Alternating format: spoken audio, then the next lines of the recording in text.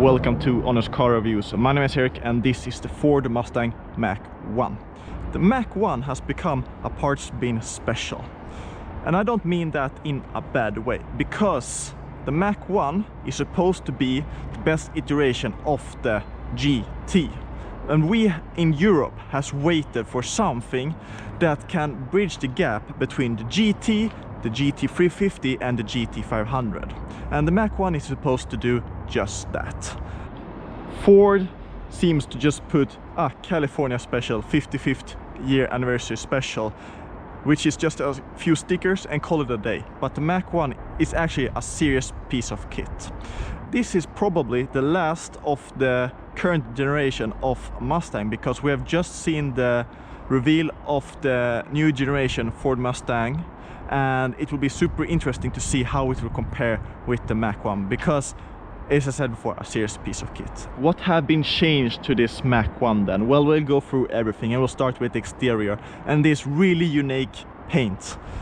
Grayish, charcoal, something like that, with the orange and black Mach-1 decals on the hood and on the sides. It's pretty cool that you have orange brakes from Brembo. Brake booster is actually upgraded. The front is pretty redesigned, especially this grille here. They're not air vents, but I guess you can open them up for greater airflow. The lower part is also redesigned. You have this splitter here. And if you go for the performance pack, which I'll quickly go through all of the changes, because unfortunately we don't get those in Europe, and I actually think that's the package that brings the Mach-1 to that next level. So for the performance pack we get a new splitter, new rims which look really cool. These look way too tame for this car. Michelin Pilot Sport Cup 2 tires instead of Michelin Pilot Sport 4S. The tires are a bit over 300 millimeters in the rear, and I think over 300 millimeters in the front as well. We get a bigger flap here, and if I'm mistaken, there's some changes to the underneath as well. And all of this brings to an increased downforce of over 100%. Plus the stickiness, and you only get that performance pack when you have the upgraded Tremec 6-speed that comes straight from the GT350. And you can hear those are a lot of mechanical changes to bring up to that next level. It just looks so mean. It just looks so freaking mean, this car. Those are the performance pack, but we'll go through all of the other changes that I've done to this European spec Mach-1. And the underbody has been smoothened out with parts from the GT500, and in the rear especially the gurney flaps and the splitter here. So it actually increases the downforce of about 20-30%, and it does look more aggressive as well. This is also an upgrade that comes for the Mach-1, but with the performance pack you get a bit more of an aggressive rear wing as well. These are all of the exterior modifications, but underneath you have a new Torsen limited slip differential in the rear. You have a new bigger radiator in the front. You have a external oil cooler for the engine, and even get an oil cooler for your 10-speed that this car has, automatic gearbox, and for the slip differential as well. So this is meant to be able to handle that track abuse. The subframe of the rear is part from the GT350 and the GT500. Shocks are stiffer, and so are also the stiffening braces, and some bushings as well have been stiffened. Finalizing this Mach-1 is what's underneath, and that is of course that 5-liter V8, which has also been upgraded, of course.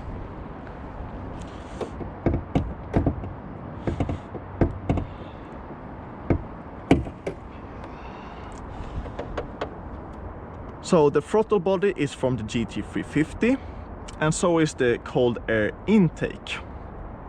And all of this in America gives the engine 480 horsepower, but here in Europe, with sound restrictions and all of that, it has 460 horsepower.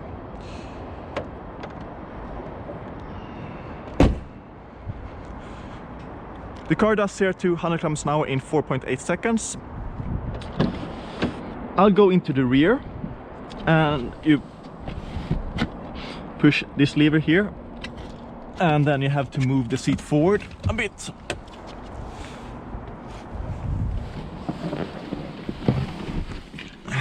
All right,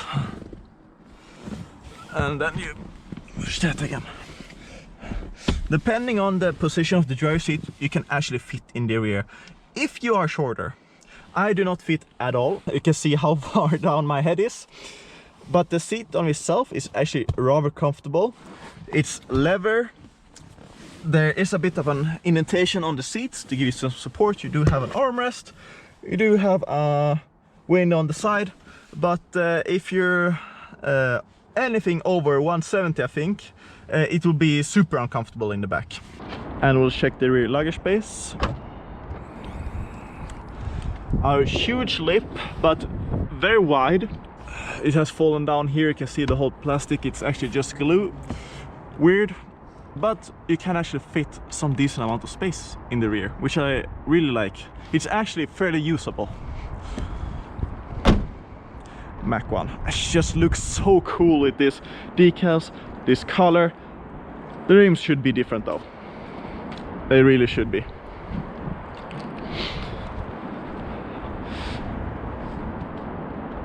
I'll get into the interior as well. These are actually standard for the regular GT, and they are real air vents.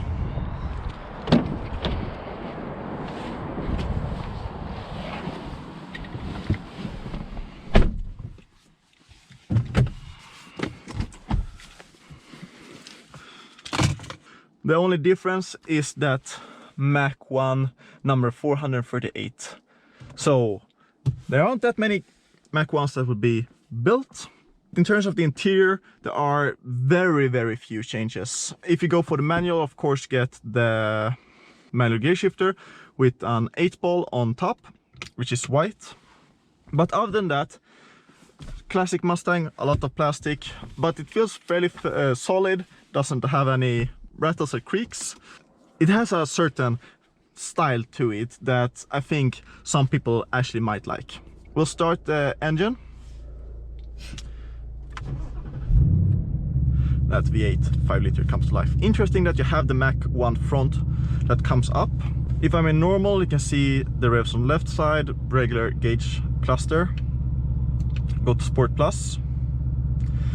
The revs are shown more clearly. And if I go to track, the revs are shown even more clearly, and then the traction control is turned off. If I press this horse button, I have exhaust modes, so I can change that individually, and that's the same with the steering. I can go from normal to sport to comfort and sport again. So it's pretty nice to be able to change it individually. It's nice to actually have physical buttons, but you can only press them upwards instead of downwards. Sync-free infotainment system looks super outdated, but works completely fine. It's easy to navigate and to use as a navigation device. To connect your phone is fairly easy, to select sources, climate, easy, but it doesn't look that good. I think it's time to start driving. There's a lot to dissect here. First of all, the new limited slip differential and the way that the gearbox activates the clutch is super aggressive, and especially if you're on some loose gravel, you'll always make a little burnout. That kind of tells how it is to drive this car. It feels much more aggressive than a regular GT. The suspension is definitely stiffer. You feel the road much more, and even the steering feels more connective just driving it regularly. The 10-speed gearbox, I don't know if this has been abused, but basically there are too many gears for this gearbox to choose from, and it often chooses the wrong gear for what I want to do. That really brings down the driver enjoyment, and it just makes me want to choose the 6-speed Tremec.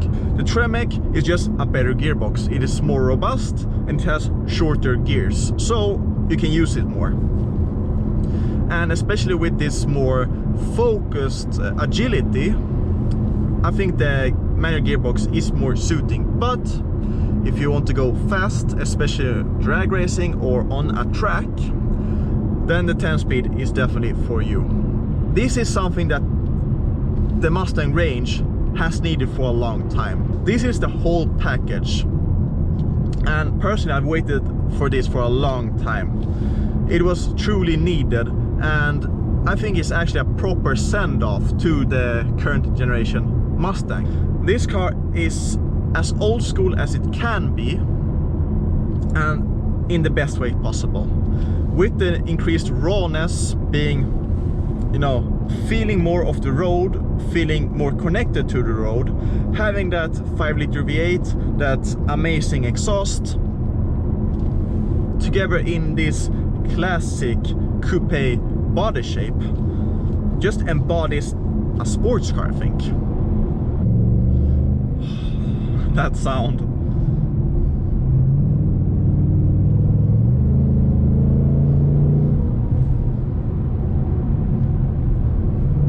The rear axle feels much tighter.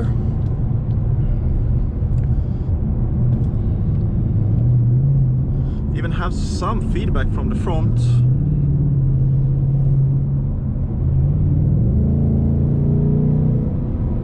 So the car wants to rev out, or the engine wants to rev out. So let's switch into Sport Plus.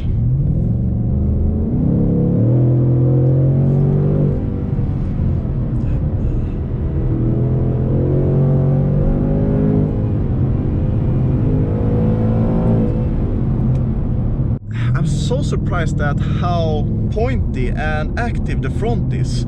That together with the poised rear axle, I don't feel afraid taking this on some corners. The added stability, the added sharpness, stiffness, it plays in the Mustang's favor, that's for sure. But I would just love to have a 6-speed manual to work here.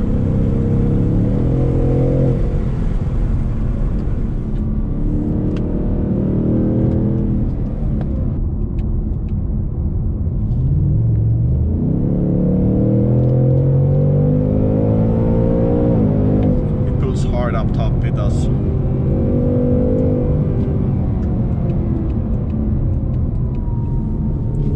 Here's some twistier parts.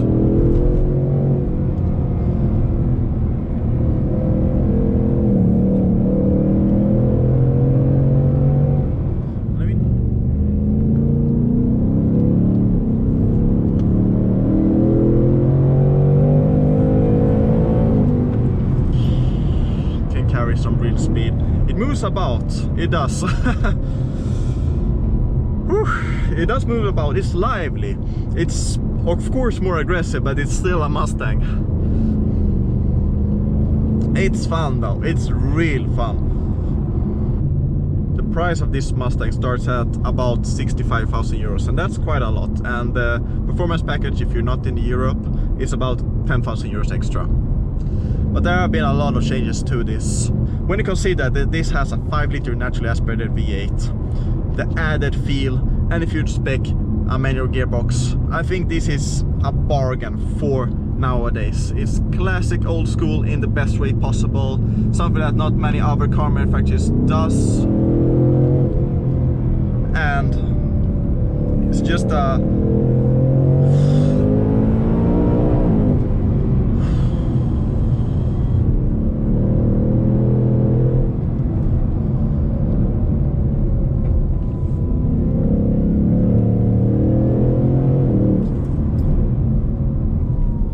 It's just the next level of Mustang GT. It feels like just a better car in almost every aspect. Yes, you do lose the GT-ness of the Mustang GT, but if you don't care about that part and you want something that's a bit more hardcore but still not the full-fat GT500, which costs much more, then you should definitely consider a Mustang Mach-1. Traditional, fun, aggressive, but playful, everything that a Mustang should be. It's just the next step in the Mustang world.